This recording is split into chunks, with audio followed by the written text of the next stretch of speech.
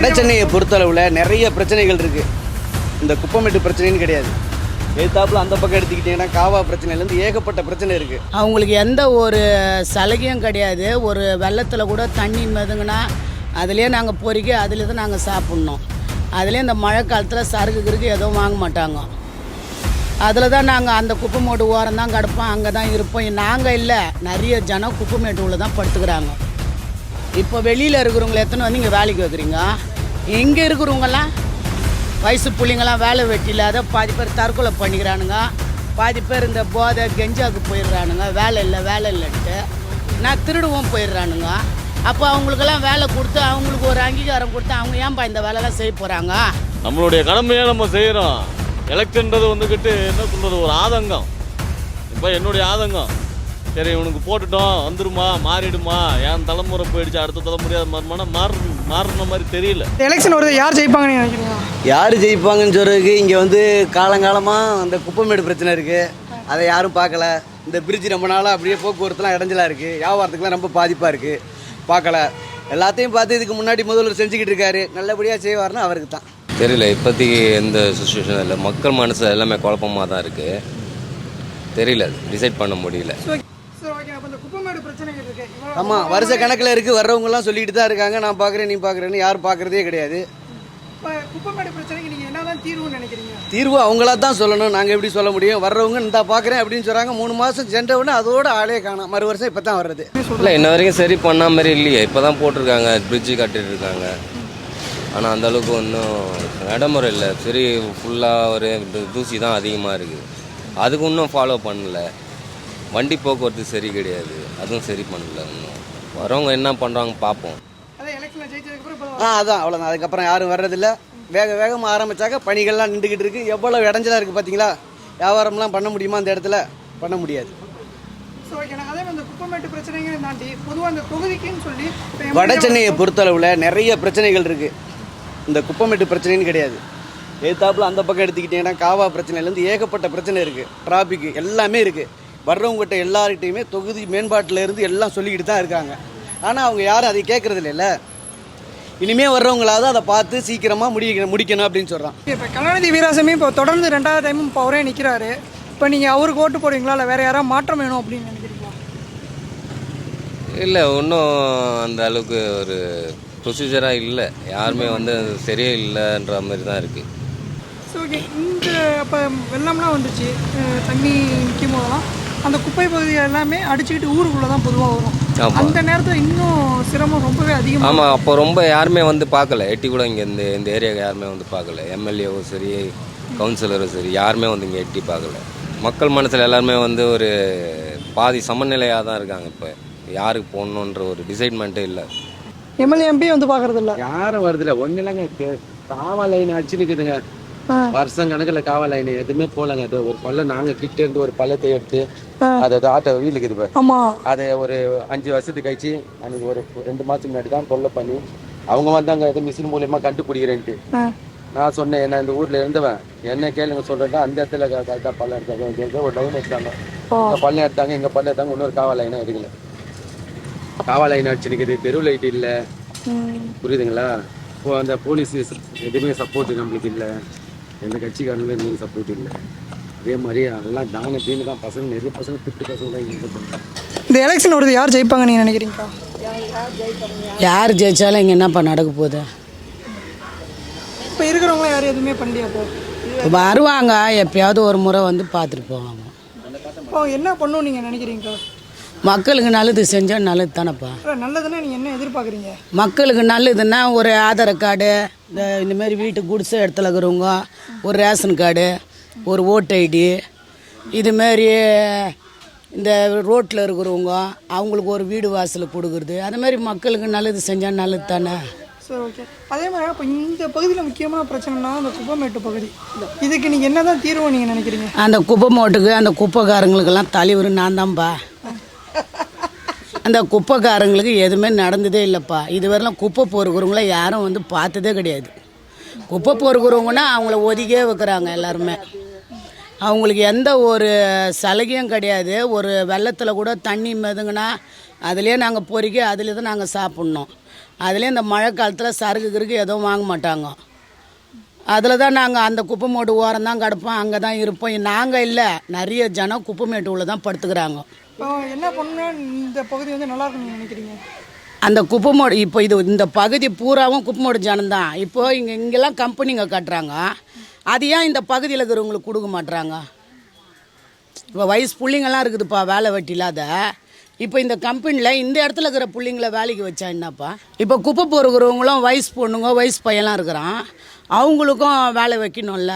இப்போ எங்கே இருக்கிறவங்களே எடுத்துன்னு வந்து குப்பைமேட்டில் ஒரு கம்பெனி திறந்து அது உள்ளே வேலைக்கு வைக்கிறாங்க.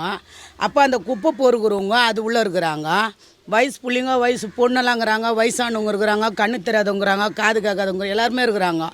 அவங்களுக்கெல்லாம் வந்து உணவுக்கு எதுவுமே இல்லை. இருந்தாலும் கூட ரோட்டில் இருக்கிறவங்க இருக்கிறாங்க, அவங்களுக்கு ஒரு ஹாஸ்டல் கூட கொடுக்க மாட்டுறாங்க. அந்த குப்பை பொறுக்கிறவங்களுக்கு எந்த சலுகையிலும் யாரும் வந்து பார்த்து தான் கிடையாது. அதேமாரி நான் என்ன சொல்கிறேன்னா, இதை ஒரு கம்பெனி திறக்கிறீங்க, 2-3 கம்பெனி வெளியே இடத்துலேருந்து வந்து இங்கே வேலைக்கு வைக்கிறீங்கல்ல, அதையும் இங்கே இருக்கிற ஆம்பளை பசங்களுக்கோ இங்கே இருக்கிற ஆளுங்களுக்கோ ஏன் கொடுக்க மாட்டீங்க? என்ன சொல்கிறேன் நான், என்ன சொல்கிறேன்னா, இப்போ நீங்கள் கம்பெனி இங்கே எடுத்துன்னு வரீங்க, இங்கே இருக்கிறவங்களாம் வேலைக்கு எங்கே போவாங்க? இப்போ வெளியில் இருக்கிறவங்கள எத்தனை வந்து இங்கே வேலைக்கு வைக்கிறீங்க, இங்கே இருக்கிறவங்கலாம் வயசு பிள்ளைங்களாம் வேலை வெட்டி இல்லாத பாதி பேர் தற்கொலை பண்ணிக்கிறானுங்க, பாதி பேர் இந்த போதை கெஞ்சாவுக்கு போயிடுறானுங்க, வேலை இல்லைன்ட்டு நான் திருடவும் போயிடுறானுங்க. அப்போ அவங்களுக்கெல்லாம் வேலை கொடுத்து அவங்களுக்கு ஒரு அங்கீகாரம் கொடுத்து அவங்க ஏன்பா இந்த வேலைலாம் செய்ய போகிறாங்க? அவங்கள உருவாக்குறது நம்ம தானே. மக்களுக்கு நல்லது செய்யணுன்னா இப்படி தான் செய்ய முடியும். இப்போது ஒரு சண்டை நடக்குது, அந்த இடத்துல போலீஸ் வருது, ஒரு போலீஸ் வருதுன்னா காவல்துறைனா அவங்களுக்கு காவல்துறை வராங்கன்னா தான் பயப்படுவாங்க. என்ன அந்த காவல்துறையை நம்மளுக்கு வந்து பயமே இல்லாத அளவுக்கு போயிடுச்சு. அந்த மாதிரி ஒரு பொக்கிஷன் இருக்குதுப்பா. யார் வந்தாலும் யார் இருந்தாலும் ஏழ்மையானவங்களுக்கு அவங்க ஒரு நல்லது செஞ்சால் உண்மையாலுமே நல்லாயிருக்கும். அதை தான் நாங்கள் சொல்கிறோம். ஓகே, இப்போ கலாநிதி வீராசாமி இப்போ போன வாட்டி எம்பியாக இருந்தார், இப்போயுமே அவர் தான் இருக்கார். அதுமாதிரி அதிமுகவில் வந்து மனோங்கிறவர் நிற்கிறாரு, பிஜேபியில் வந்து பால். எப்பா யார் ஒன்றா வரட்டோம்பா, அந்த குப்பை பொறுக்கிறவங்களுக்கும் இந்த குப்பை மேட்டில் இருக்கிறவங்களுக்கும் ஒரு நல்லது செய்யட்டும். இந்த காவா லைன் இல்லை, கரண்ட் இல்லை, இருட்டாக இருக்குது. ஆனால் வந்து ஒரு கவுன்சிலர் வந்து பார்த்துட்டு தான் போனார். அதோட வரேன்னு போனார், அவர் வரல. சார், அதே எம்எல்ஏ எம்பிலாம் தொகுதி கொடுக்கலாம், நீங்கள் பார்த்துட்டீங்களா? எதுவும் பண்ணியிருக்காங்களா? யாரும் எதுவும் பண்ணலப்பா. வருவாங்க, அவங்க மாட்டுன்னு வருவாங்க போவாங்க. இந்த வெள்ளத்தில் இவ்வளோ தண்ணியில் பாதிக்கப்பட்டு இது வரைக்கும் யார் வீட்டுக்கும் இன்னும் எதுவும் நிதி ஒரு சாப்பிட்டியா கொண்டியான்றது யாருமே வந்து முறை இல்லை. இங்கே வந்து நிறைய பேர் வந்து வாழ்வாதாரம் இல்லாதவங்க நிறைய பேர் இருக்கிறாங்க, ஓட்டு ஐடி இல்லாதவங்க, ரேஷன் கார்டு இல்லாதவங்க, வேலை வெட்டி இல்லாதவங்க இருக்கிறாங்க, நிறைய பேர் இருக்கிறாங்க. அதனால் ஆமாம், அதை கேட்டால் குப்பை பொறுக்கிறவங்களுக்கு எதுவுமே கிடையாது. இருந்தாலும் நீ போயிட்டு ரேஷன் கார்டு எடுத்துன்னு வா, ஓட்டு ஐடி எடுத்துன்னு வா. நாங்கள் தான் ரோட்டில் இருக்கிறோம், எப்படி இதெல்லாம் எடுத்துன்னு வருவோம்? ரோட்டில் இருக்கிறவங்க எப்படி எடுத்துன்னு வருவாங்க? கேஸ் பில்லு, சரி ரேஷன் கடைக்காரர் வந்தாருன்னா கேஸ் பில்லுக்குதா, வீடு இருக்குதா, அப்போ தான் உங்களுக்கு ரேஷன் கார்டுனா. அப்போ ரோட்டில் இருக்கிறவங்களாம் எப்படி ரேஷன் கார்டு வாங்குவாங்க? கண்ணு தெரியாத அங்கே ரோட்டில் பத்துனுக்குறாங்க, கை இல்லாதவங்க யார் வேலை கொடுப்பாங்க? இது மாதிரி வந்து ஒரு கம்பெனி கட்டுறீங்க, அவங்களுக்கெல்லாம் ஒரு வாழ்வாதாரத்துக்கு என்னவோ அதை செய்யுங்க. இப்போ அவர் வேலை இல்லைன்னு சொல்கிறாரு. இப்போ ஒரு கம்பெனி வைக்கிறீங்க, வெளியே இருந்து ஆளை கூட்டின்னு வந்து வைக்கிறீங்க, அவருக்கு ஒரு வேலை கொடுங்க. இது மாதிரி இளைஞர் பசங்க எவ்வளோ கெட்டு போதுங்க. பசங்கள்லாம் கேட்டால் எங்களுக்கு வேலை இல்லை, நாங்கள் இப்படி ஆயிடுறோன்னு சொல்லுதுங்க. அந்த பசங்களுக்கு வேலை கொடுங்க. இது தானே நீங்கள் செய்கிற நல்லது. இப்போ லேடிஸுங்கெல்லாம் எல்லாம், அதாவது ஆட்சிலாம் எங்களுக்கு தேவையில்லாத கதை. மக்களுக்கு நல்லது செய்யணும், அது யாராக கூட இருக்கட்டும், புரியுதா? மக்களுக்கு நல்லது செய்யணும். இப்போ கம்பெனி கட்டுறாங்க குப்பைமேட்டு உள்ள, ஒருத்தர் கூட ஒரு வேலை வைக்கல குப்பை பொறுக்கிறவங்களுக்கு. என்ன அவங்க பொறுக்க முடியாத என்ன பண்ணுறது? சருக்கும் போக மாட்டுது, நாங்கள் எப்படி சாப்பிட முடியும்? விலைவாசி எல்லாமே கம்மியாக இருக்குது, எங்களுக்கு வீடு வாசலாம் கிடையாது, வாடகையில் தான் கிடக்குறோம். அப்படி நான் கூட இந்த வீட்டில் பத்துனுக்கிறேன் இப்போது. ஆனால் என் கூட இருக்கிறவங்கெல்லாம் அந்த ரோட்டில் பத்துனுக்கிறாங்க. ஏன் அவங்களுக்கு ஒரு வேலை வாய்ப்பு கொடுக்கக்கூடாது, ஒரு வீடு வாசலுக்கு கொடுக்கக்கூடாது? அவங்க வயசு பசங்களை தான் குப்பை பொறுக்கிறாங்க. இப்போ எனக்கு வயசு ஆயிடுச்சு, 60 வயசு. எனக்கு கொடுக்காத வேலை என் பையனுக்கு கொடு. இப்போ என் பையனுக்கு கொடுக்காத அவங்க பொண்ணுக்கு கொடு. இது மாதிரி கொடுக்கலாம்ல. எங்கே இருக்கிறவங்களே கூட்டின்னு வந்து இங்கே இந்த கம்பெனியில் வேலைக்கு வைக்கிறீங்களா? ஏன் இந்த லோக்கலில் இருக்கிறவங்களுக்கு ஏன் வேலை தர மாட்டீங்க? யார் வந்தாலும் செய்யவே மாட்டேன்றாங்க. வரேன்னு சொல்லிட்டு போவாங்க, ஆனால் யாரும் வரமாட்டாங்க. இந்த வெள்ளத்தில் பார்த்துட்டு போனாங்க, அதில் யாரும் வரல. இங்கே இந்த மாதிரி இந்த காவா அடிச்சிக்கின்னு ஒரே இதுவாக இருக்குது. அந்த காவா கூட யாரும் எடுக்கலை. இப்போ அவங்க சொல்லும் போது வரேன்னுவாங்க, அதுக்கப்புறம் வரமாட்டாங்க. ஏன் அவங்க மட்டும் ஓட்டு போடலையா? குப்பை பொறுக்கிறவங்க 1000 பேர் இருக்கிறாங்க, 1000 குடும்பங்க இருந்தாங்க. இப்போ கொரோனா வந்து அங்கங்கே கொஞ்சம் பேர் லாக் ஆகிட்டுக்கிறாங்க. அந்த 1000 குடும்பம்னா கணக்கு போடுங்க. இப்போ எத்தனை குடும்பம் அது உள்ளே இருக்கும்? அவங்களுக்கு வாழ்வாதாரம் என்ன? அவங்க இந்த வெள்ளம்லாம் வந்துச்சுன்னா சுத்தமாக அங்கங்கே போரிக்கிட்டு அங்கங்கே இருப்பாங்க. அவங்களுக்கு எந்த சாப்பாட்டுக்கோ எதுக்கோ ஒரு நல்லதுக்கோ எதுக்குமே அவங்களுக்கு வழி கிடையாது. அவங்க இனிமேல் கடை திறந்து அவங்க எப்போ தண்ணி போய் கடை திறந்து அதில் சறுக்கு போட்டால் தான் எங்களுக்கு அதில் சாப்பாடு. ஒருத்தர் கூட மதிக்க மாட்டுறாங்க, எந்த கட்சிக்காரும் மதிக்க மாட்டுறாங்க. அப்புறம் என்னத்துக்கு எங்களுக்கு ஓட்டு இது ஓட்டு போகிறதுக்கு மட்டும் வராங்க. அது சொன்ன உடனே நாங்கள் ஓட்டு போட்டு வந்தால் ஒருத்தவங்க கூட மதிக்க மாட்டுறான். அப்புறம் என்னத்துக்கு அவங்களுக்கு நாங்கள் பாடுபாடுறது சொல்லு. இதுக்கு முன்னாடி இருந்தவங்களும் மதிக்கலாம், இப்போ வரவங்க எப்பா யாருமே மதிக்க மாட்டுறாங்கப்பா. எப்பவுமே சொல்லி கொடுங்கூர் இன்ஸ்பெக்டர் இதை வந்துக்கிறாரு. இந்த கொடுங்கூர் இன்ஸ்பெக்டரு பசங்களுக்கு வந்து பார்க்கு கட்டி கொடுத்துக்கிறாரு. அதேமாரி வந்து பசங்களுக்கு பால் விளாட்றது, இந்த பந்து கிந்து, அதேமாரி இந்த மழை வந்து பெய்யுது வெள்ளத்தில் சாப்பாடு எடுத்துன்னு வந்து வண்டியில் வச்சு 4 போலீஸ்காரோட எல்லாருக்குமே ஊர் ஊராக போய் போட்டுக்கிறாரு. நாங்களே இந்த ஊரில் வந்த இன்ஸ்பெக்டர், அதாவது அரசியல்வாதிகளை விட அவர் முன்ன நின்று எல்லாமே வந்து, ஏன்னா இந்த ஊருக்கு ஜெயிச்சாங்க, அவங்க தான் பண்ணணும். இருந்தாலும் அவர் வேலையை பார்க்காம மக்களுங்க எப்படிங்கிறாங்கன்னு இவ்வளோ தண்ணியில் அந்த இன்ஸ்பெக்டர் இறங்கி எல்லாரையும் பார்த்துட்டு குழந்தை குட்டியெல்லாம் பார்த்துட்டு அவங்கவுங்கள எந்தெந்த ஸ்கூலில் உண்ணா எங்கே என்ன பண்ணோம் அதெல்லாம் வந்து அந்த இன்ஸ்பெக்டர் பண்ணார். குப்பை பொறுக்கிறவங்களும் ஏமா நீங்கள் ஒரு ஓரமாக இருங்க, எங்கேயும் போயிடாதீங்க, தண்ணியில் கிண்ணில் போடாதீங்கன்னா அவங்களுக்கும் ஒரு டபரா சாப்பாடு அமிச்சார். அவங்க தேவை பெட்ஷீட்டு எல்லாமே அமிச்சார். சரி, ஓகே. அதே இந்த ஊர் வந்து கொடுங்கையூர் வந்து இந்த குப்பமேட்டு பகுதி ரொம்பவே இந்த தொடர்ந்து பிரச்சனைகளாகவே இருக்குது. இதுக்கு என்ன தான் தீர்வு நீங்கள் நினைக்கிறீங்க? இதுக்கு தீர்வு அரசாங்கம் தான் எடுக்கணும். ஆனால் எந்த அரசாங்கமும் எடுக்காது. இது வந்துட்டு சாபக்கேடு. கிட்டத்தட்ட வந்துக்கிட்டு 30-35 வருஷமாக அப்படி தான் இருக்குது. அவங்கவுங்க வராங்க, அவங்கவுங்க பண்ணிட்டு போய்கிட்டு இருக்கிறாங்க. யாரும் அதுக்கு சரியான ஒரு சொல்யூஷன் வந்துட்டு இது வரைக்கும் சொன்னதா இல்லை. ஏன்னா ஒவ்வொரு கட்சியும் இப்போ வந்து அதிமுக இருக்கட்டும், திமுக இருக்கட்டும், எல்லா கட்சியுமே வந்து அடுத்து புதுசு, அதாவது சுயேட்சையாக வரவங்க கூட இந்த குப்பமேட்டுக்கான தீர்வை நாங்கள் கொடுப்போம் அப்படின்னு தான் சொல்லி வாக்குறுதியாக கொடுக்குறாங்க. அவங்க அரசியல் உள்ள வர்றதுக்கே இதுதான் தீர்வு. இந்த குப்பமேடை சொல்லி தான் ஒவ்வொருத்தவங்களும் வருவாங்க. இது வந்து வழக்கமாக நடக்கிறது தான். அதிமுகவாக இருக்கட்டும் இல்லை திமுகவாக இருக்கட்டும், புதுசாக எந்த கட்சி வந்தாலும் சரி, நாங்கள் அவங்களுக்கு அதை பண்ணித்தரோம் இதை பண்ணித்தரோன்னு சொல்லுவாங்களே தவிர பண்ண மாட்டாங்க.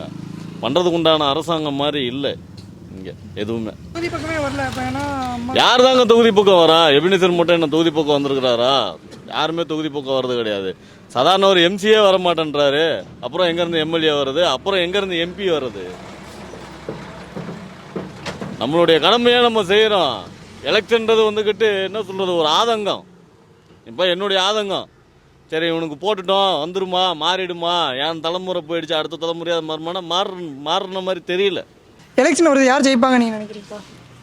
இதில் யார் ஜெயிப்பாங்கன்ட்டு கன்ஃபார்மாக சொல்ல முடியாது. அதுதான் மெயின். வந்து இப்போ ஏற்கனவே இருக்கிறது எம்பியா வந்து கலாநிதி வீராசாமி இருக்காரு. அவர் வந்தா ஓகே நினைக்கிறீங்களா? வேற யாராவது மாற்றம் நினைக்கிறீங்களா? யார் வந்தாலும் மாறப்போகிறது இல்லைப்பா. அதான் எங்களுக்கு தெரிஞ்சது. சரி, ஓகே. அதே இப்போ இந்த ஏரியாவில் முக்கியமாக இருக்கும் இந்த குப்பை இது பகுதிகள் வந்து, அதனால இந்த ஏரியாவுக்கு என்ன பிரச்சனைகள்லாம் இருக்குன்னு நினைக்கிறீங்க? சரியான நேரத்துக்கு குப்பை எடுக்க மாட்டாங்க ஒரு சில இடங்கள்ல, அதான் உண்மை. அது காவா சரி பண்ண மாட்டாங்க. சடனாக வந்து நம்ம ஒரு தடைக்கு 4 வாட்டி 5 வாட்டி போய் சொன்னால் தான் செய்வாங்க. அப்புறம் இந்த குப்பைங்களும் நம்ம போய் கம்ப்ளைண்ட் பண்ணாதான் போயிட்டு எடுப்பாங்க. அந்த மாதிரி இருக்கு. இல்லைங்க, யார் ஜெயிச்சாலும் அவங்க சந்தோஷம்தான். அவங்கவுங்க உழைச்சி கஷ்டப்பட்டாதான். இதில் யார் ஜெயிச்சு எந்த லாபமும் இல்லை. எங்களுக்கு சொல்லுவாங்க நாங்கள் இதை செய்கிறோம் அதை செய்கிறேன்னு, ஆனால் எதுவுமே செஞ்சா மாதிரியும் இல்லை. எங்கள் ஆர்கே நகர் தொகுதியில் செஞ்சேன்னு யாருன்னா சொன்னால் இளைஞர்கள் செஞ்சுருக்காங்க. பசங்க சொல்கிறீங்களா, இதை சொன்னால் அதை செய்வானுங்க, அதை சொன்னால் இதை செய்வானுங்க. பசங்க தான் எங்களுக்கு தண்ணி வந்த இடத்துல எந்த பசங்க சாப்பாடு செஞ்சாங்க, கட்சிக்காரங்க யார் போட்டாங்க சொல்லுங்கள்? எல்லாம் இளைஞர் பசங்க தான் வந்து எங்களை வந்து கேட்டாங்க கொண்டாங்க. தண்ணியிலேருந்து டீலேருந்து பால்லேருந்து எல்லா பசங்க தான். எல்லாமே கட்சிக்காரங்களாம் எப்படி தெரியுமா அவங்கவுங்க ஏரியாவுக்கு கட்சி ஆளுங்களே வந்தாங்க இந்த இடத்துக்கு ஓட்டு எடுத்துட்டு இந்த ஆனால் எங்கள் ஊரில் எங்கள் ஏரியாவில் யாருமே உள்ளே விடலை. ஆனால் இந்த இடத்துல இருந்தாங்க 2-3 நாள் கழிச்சு நாங்களும் நடந்து இவ்வளோ தண்ணீர் எடுத்ததுக்கு அப்புறம் தான் வந்தாங்க. இவ்வளோ தண்ணீர் இருக்க வந்து எந்த கட்சிக்காரங்களும் வரல, இங்கே இருக்கிறவங்க மட்டும் தான் செஞ்சது. அதுக்காக நாங்கள் யாருக்காக சப்போர்ட்லாம் பண்ண போகிறதே கிடையாது, பொதுவாக தான் சொல்கிறது. ஆனால் உண்மையாக சொல்கிறேன், இளைஞர் பசங்க தவிர மீதி யாருமே அவங்கவுங்க ஆதுக்கு இப்போனா இவங்களுக்குன்னா இவங்களுக்குன்னா அவங்க அப்படி தான் செஞ்சாங்களே ஒண்டி ஆளை பார்த்து தான் செஞ்சாங்க. ஆனால் பசங்களுக்கு அந்த எண்ணம் இல்லவே இல்லை. கஷ்டப்படுறமா எல்லாமே செஞ்சானுங்க. ஆனால் சும்மா சொல்லக்கூடாது, எங்கள் ஏரியா இளைஞர் பசங்க சூப்பராக செஞ்சாங்க. சரி, ஓகே. இப்போ வந்து கலாநிதி வீராசாமி இப்போ இருக்காரு, அவர் நீங்கள் தொகுதி பக்கம்லாம் பார்த்துருக்கீங்களா? எங்கள் தொகுதி பக்கம் நாங்கள் பார்த்தது இல்லைப்பா. நாங்கள் ஆமாம் கேட்கல. உண்மையாக சொல்கிறேன், அந்த பையன் போகிறான் பாருங்க, அவ்வளோ தூரம் தண்ணி இருந்தது, குப்பையாக இருந்தது. ஆனால் நான் பொதுவாக சொல்கிற கோச்சிக்காதீங்க, நாங்கள் இருக்கனா இந்த சார் கோட்டிங்கில் எப்படி சொல்கிறதுனா எங்கள் பசங்க தான் இந்த குப்பையை எடுத்து எங்கள் ஓனர் செஞ்சார். நான் ஜெயலலிதா பற்றியும் பேசலை, கருணாநிதியை பற்றியும் பேசலை, பாதிக்கப்பட்டவங்க நாங்கள் பேசுகிறோம், கட்சிக்காரங்க நாங்கள் எதுவுமே பேசலை.